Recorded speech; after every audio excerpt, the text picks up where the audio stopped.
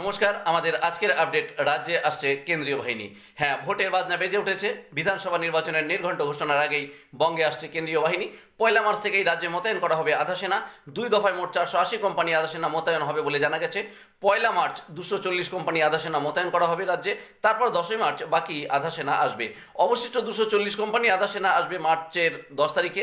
সেই সময় রাজ্যে আসবে 120 company CRPF, 65 company BSF, 16 company CISF, 20 company TIBP, 19 company SSB মোতায়েন করা হবে রাজ্যে।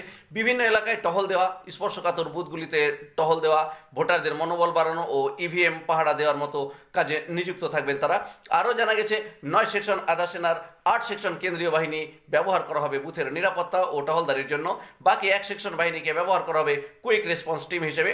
অর্থাৎ কোথাও বড় সড়ো গণ্ডগোল হলে তা থামানোর জন্য 1 সেকশন বাহিনী প্রস্তুত থাকবে।